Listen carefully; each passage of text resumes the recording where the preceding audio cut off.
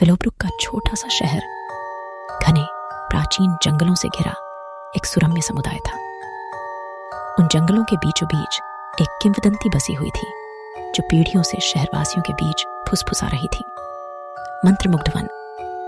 कहानियां अजीब घटनाओं, भयानक आवाजों और रहस्यमय ढंग से गायब होने के बारे में बताती हैं, लेकिन अधिकांश ने उन्हें केवल लोक कथाएं कहकर खारिज कर दिया। एक धूप भरी दोपहर, जब सूरज की सुनहरी किरणें ऊंचे पेड़ों से छनकर आ रही थी, 7 वर्षीय एमिली अपनी जिज्ञासा का पीछा करते हुए मंत्रमुग्ध वन में चली गई। उसके माता पिता सारा और जॉन शहर के वार्षिक उत्सव की तैयारी में व्यस्त थे और बहुत देर हो जाने तक उन्हें उसकी अनुपस्थिति का ध्यान नहीं आया। एमिली के लापता होने की खबर शहर के हर कोने तक पहुंचते ही विलोब्रुक में जंगल की आग की तरह दहशत फैल गई। पड़ोसी, दोस्त और यहां तक कि अजनबी भी उसकी उन्मत्त खोज में शामिल हो गए। जंगल में खोजबीन की, उसका नाम पुकारा और उसकी सुरक्षित वापसी के लिए प्रार्थना की। दिन एक सप्ताह में बदल गए और फिर भी एमिली का कोई संकेत नहीं था। आशा कम हो गई और भय शहर पर घने कोहरे की तरह छा गया। सारा और जॉन का खुशहाल घर अब अपनी बेटी की वापसी के लिए आंसुओं और बेताब दलीलों से भर गया था।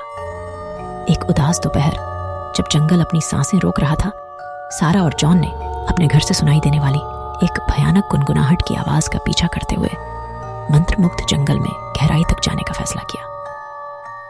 आवाज उन्हें एक छिपी हुई गुफा में ले गई जो घनी झाड़ियों से घिरी हुई थी। वे सावधानी से पास आए। उनके दिल आशा और भय के मिश्रण से धड़क रहे थे। जैसे ही वे गुफा में दाखिल हुए, उन्हें एक चिंताजनक दृश्य का सामना करना पड़ा। एमिली वहां नम जमीन पर पालथी मारकर बैठी थी। उसकी पहले जैसी चमकीली आंखें अब पूरी तरह से सफेद हो चुकी थीं। वह एक भयावह शांत मुस्कान लिए हुए थी। एमिली, सारा रोती हुई अपनी बेटी के पास पहुंची। जॉन उसके पीछे पीछे चल रहा था। उसका नाम पुकारते समय उसकी आवाज कांप रही थी। एमिली ने धीरे से अपना सिर घुमाया। उसकी सफेद आंखें अपने माता पिता पर टिक गईं।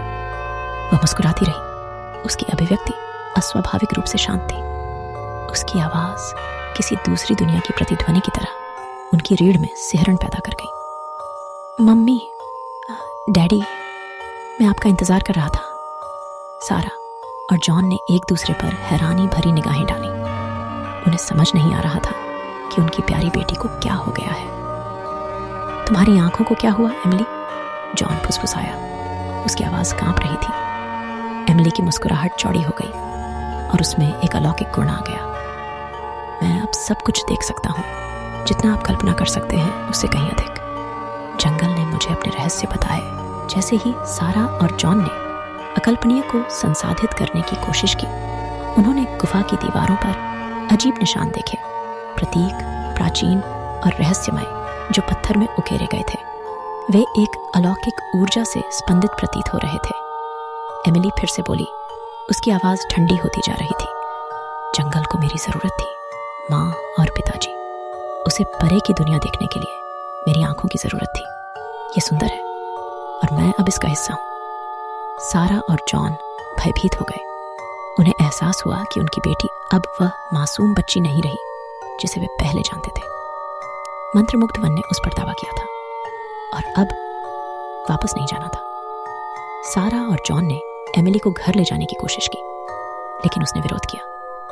उसकी ताकत एक साधारण बच्चे से कहीं अधिक थी।